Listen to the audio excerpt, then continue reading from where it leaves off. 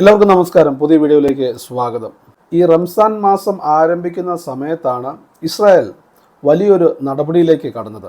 അതായത് ഗാസയിലേക്ക് നൽകിക്കൊണ്ടിരുന്ന എയ്ഡുകൾ, മാനുഷിക സഹായങ്ങൾ കൊണ്ടുവരുന്ന വാഹനങ്ങൾ തടഞ്ഞുകൊണ്ടുള്ള ഒരു നടപടി ഇസ്രായേൽ സ്വീകരിച്ചു.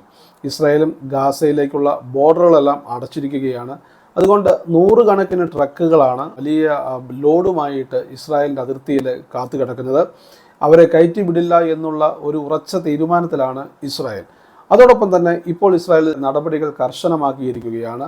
ഇസ്രായേൽ പ്രധാനമായിട്ടും വർഷങ്ങളായി ഗാസയ്ക്ക് നൽകിക്കൊണ്ടിരിക്കുന്ന രണ്ട് പ്രധാനപ്പെട്ട മാനുഷിക സഹായങ്ങൾ, ഒന്ന് വെള്ളവും രണ്ട് കരണ്ടും. ഇത് രണ്ടും ഗാസയ്ക്ക് നൽകുന്നത് നിർത്തലാക്കിക്കൊണ്ടുള്ള ഒരു തീരുമാനം ഇസ്രായേലിൽ ഉണ്ടായിരിക്കുന്നു. അത് കുറച്ച് ദിവസങ്ങളായിട്ട് അവർ നടപ്പിലാക്കിക്കൊണ്ടിരിക്കുകയാണ്. ഇതിനെതിരെ വലിയ പ്രതിഷേധമാണ് ഉയർന്നത്. ഇസ്രായേലിലെ കോടതിയിൽ വരെ ഇതിനെതിരെ ഹർജി പോയി. ഇതിൻ്റെ എല്ലാം വിശദാംശങ്ങളാണ് നമ്മൾ ഇന്ന് സംസാരിക്കുന്നത്. പ്രിയപ്പെട്ടവരെ, നമ്മളെല്ലാവരും പണ്ട് മുതലേ കേൾക്കുന്ന ഒരു വാർത്തയൊക്കെയാണ്, ഇസ്രായേലിനെ കൊണ്ടാണോ പാലസ്തീൻ ജനത അല്ലെങ്കിൽ ഗാസ ജനത ജീവിക്കുന്നത് എന്നുള്ള വാർത്തകളൊക്കെ. നമ്മൾ പലരും അത് വിശ്വസിച്ചിട്ടില്ല. എങ്കിലും വിശ്വസിച്ചാലും ഇല്ലെങ്കിലും ഇസ്രായേൽ കൊടുക്കുന്ന വെള്ളവും ഇസ്രായേൽ കൊടുക്കുന്ന ഇലക്ട്രിസിറ്റിയും വൈദ്യുതിയൊക്കെ ഉപയോഗിച്ചാണ് ഗാസയിലായാലും പാലസ്തീനിലായാലും കാര്യങ്ങൾ മുന്നോട്ട് പോകുന്നത് എന്ന അറിവ് പലർക്കും, നമ്മുടെ ഇടയിൽ പോലും പലർക്കും ഇല്ല.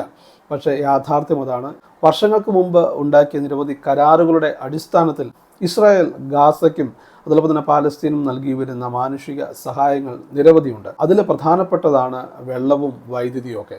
അതോടൊപ്പം തന്നെ ഗാസയിലെ ഇൻഫ്രാസ്ട്രക്ചറും, അതോടൊപ്പം തന്നെ സ്കൂളുകൾ, വിദ്യാഭ്യാസം, പച്ചക്കറി, ഫ്രൂട്ട്സ്, വെജിറ്റബിൾസ്, അങ്ങനെ നിരവധി സഹായങ്ങൾ, ഭക്ഷണം ഉൾപ്പെടെയുള്ള നിരവധി സഹായങ്ങൾ ഇസ്രായേൽ നൽകിക്കൊണ്ടിരിക്കുന്നു. എല്ലാ വർഷവും കുറച്ച് ദിവസങ്ങൾ യുദ്ധമായിരിക്കുമല്ലോ ഗാസയിൽ ഇസ്രായേലും ഹമാസും തമ്മിൽ. ആ സമയത്തൊക്കെ ഇസ്രായേൽ അവിടത്തേക്ക് മാനുഷിക സഹായങ്ങൾ എത്തിക്കുന്ന കാഴ്ചകൾ ഞാൻ നേരിട്ട് അഷ്കലോണിൽ വെച്ച് കണ്ടിട്ടുണ്ട്. അതായത് ഗാസ ഇസ്രായേൽ ബോർഡറിൽ സ്ഥിതി ചെയ്യുന്ന ഒരു പട്ടണമാണ് അഷ്കലോണിൽ വെച്ച് പലപ്പോഴും ഇങ്ങനെയുള്ള കാഴ്ചകളൊക്കെ, ഗാസയിലേക്ക് മാനുഷിക സഹായമായി പോകുന്ന ട്രക്കുകൾ കാണാനായിട്ട് സാധിച്ചിട്ടുണ്ട്. ഇവർ തമ്മിൽ ശത്രുതയുണ്ടെങ്കിലും ഇങ്ങനെയുള്ള മാനുഷിക സഹായങ്ങൾ കൈമാറുന്ന തരത്തിലേക്കുള്ള അങ്ങനെയുള്ള രീതിയൊക്കെ ഉണ്ടോ എന്നുള്ള ഒരു സംശയമുണ്ടായിരുന്നു. പക്ഷേ അതല്ല യാഥാർത്ഥ്യം. ഇസ്രായേൽ ഗാസയിലെ ജനങ്ങൾക്ക് വേണ്ടി ഒരുപാട് മാനുഷിക സഹായങ്ങൾ നൽകിക്കൊണ്ടിരിക്കുന്നവരാണ്. ഇപ്പോൾ ഇവിടെ സംഭവിച്ചതെന്ന് വെച്ചാൽ, ഒന്നാം ഘട്ട വെടിനിർത്തലിൻ്റെ ഭാഗമായിട്ടുള്ള ഈ ഒന്നാം ഘട്ട വെടിനിർത്തലിൻ്റെ എക്സ്റ്റൻഷൻ ചെയ്യണമെന്ന്, അതായത് കുറച്ച് ദിവസം കൂടി 40-40 ദിവസം കൂടിയുള്ള ഒരു കരാർ നീട്ടണം എന്നുള്ളൊരു അഭിപ്രായം വെച്ചിരുന്നു. അത് ഹമാസ് നിരാകരിക്കുകയുണ്ടായി. അതിനുശേഷമാണ് ഇസ്രായേൽ ഇങ്ങനെ ഒരു തീരുമാനത്തിലേക്ക് വന്നത്. ഗാസയിലേക്കുള്ള മാനുഷിക സഹായങ്ങൾ പോകുന്ന ട്രക്കുകൾ തടയുകയും ബോർഡറുകൾ ക്ലോസ് ചെയ്യുന്ന ഒരു നടപടിയിലേക്ക് പോയത്. അതിനുശേഷം ഇപ്പോൾ വലിയൊരു തീരുമാനത്തിലേക്ക് എത്തിയിരിക്കുന്നു. അത് എത്രത്തോളം പ്രത്യാഘാതം ഉണ്ടാക്കുമെന്ന് നമുക്ക് ഈ വരുന്ന ദിവസങ്ങൾ അറിയാനായിട്ട് സാധിക്കും. പ്രത്യേകിച്ച് ഗാസയിൽ വൈദ്യുതി കൊടുക്കുന്നതും വെള്ളം, കുടിവെള്ളം ഉൾപ്പെടെയുള്ള വെള്ളം കൊടുക്കുന്നതൊക്കെ ഇസ്രായേലാണ്. അപ്പോൾ അത് തടഞ്ഞുകൊണ്ടുള്ള ഒരു നടപടിയിലേക്കാണ് ഇസ്രായേൽ കടന്നിരിക്കുന്നത്. നമ്മൾ ചിന്തിക്കുമ്പോൾ കുറച്ച് കടുപ്പം എന്ന് തോന്നിപ്പോകും. കാരണം കുടിവെള്ളമൊക്കെ തടയുന്നത് ഒരു മനുഷ്യത്വരഹിതമായ ഒരു പ്രവർത്തനമെന്ന് എൻ്റെ അഭിപ്രായം അങ്ങനെയാണ്. കാരണം അത് നമ്മൾ ഒരിക്കലും തടയാൻ പാടില്ല. ശത്രുക്കളോട് പോലും അങ്ങനെ ഒരു സമീപനം സ്വീകരിക്കാൻ പാടില്ല എന്നാണ് എൻ്റെ നിലപാട്. കാരണം അവിടുത്തെ സാധാരണക്കാരായ പാവപ്പെട്ട ജനങ്ങൾ അവിടെ ഉണ്ട്, അവരെ കൂടി പരിഗണിക്കണമായിരുന്നു എന്നാണ് എൻ്റെ അക്കാര്യത്തിലുള്ള അഭിപ്രായം.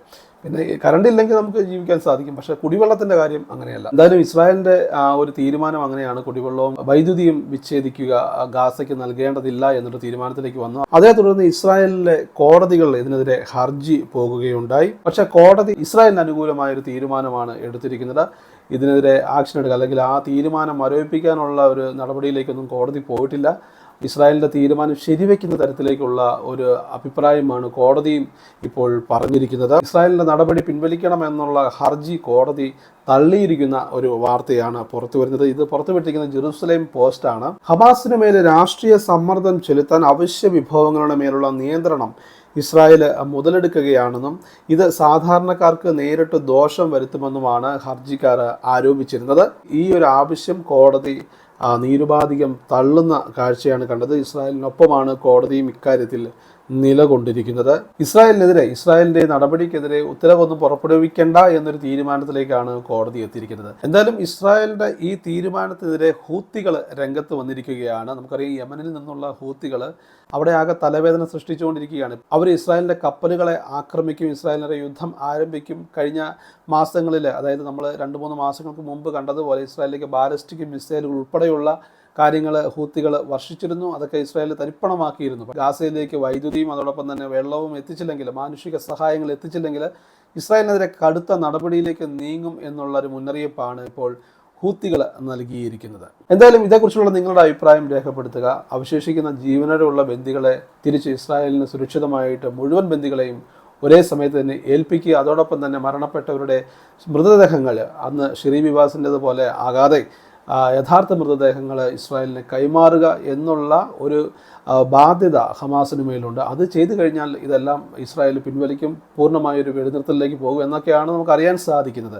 പക്ഷേ ഇതൊന്നും ചെയ്യാതെ ഒരു ബ്ലാക്ക് മെയിലിംഗ് തന്ത്രവുമായിട്ട് ഹമാസ് അവിടുത്തെ ജനങ്ങളുടെ ജീവൻ വെച്ചുള്ള കളികളിലേക്കാണ് മുന്നോട്ട് പോകുന്നതെങ്കിൽ വലിയ ഭവിഷ്യത്ത് ഇത് തുടർന്ന് അവിടെ നേരിടാൻ ചാൻസ് ഉണ്ട്. ഇപ്പോൾ തന്നെ അവിടെ അവശ്യ സാധനങ്ങളുടെ ദൗർബല്യം വർദ്ധിച്ചു വരുന്നു എന്നുള്ള ഒരു വാർത്തയും പുറത്തു വരുന്നുണ്ട്. എന്തായാലും ഇനി മുന്നോട്ടുള്ള ദിവസങ്ങളിൽ ഇതേക്കുറിച്ചുള്ള വാർത്തകൾ നമുക്ക് ഫോളോ അപ്പ് ചെയ്യാനായിട്ട് സാധിക്കും. ഇസ്രായേലിൻ്റെ തീരുമാനം അത് അവരുടെ മാത്രം തീരുമാനമാണ്. അത് നമുക്ക് ആർക്കും ചോദ്യം ചെയ്യാനുള്ള അവകാശമില്ല. കാരണം അവരുടെ നഷ്ടമെന്ന് പറയുന്നത് അത് നികത്താനാവാത്ത നഷ്ടം തന്നെയാണ്. എന്തായാലും വീഡിയോ അവസാനിക്കുന്ന പുതിയ വിഷയമായിട്ട് അടുത്ത ദിവസം വീണ്ടും കാണാം. എല്ലാവർക്കും നന്മകൾ നേരുന്നു. നന്ദി, നമസ്കാരം, ജയ് ഹിന്ദ്.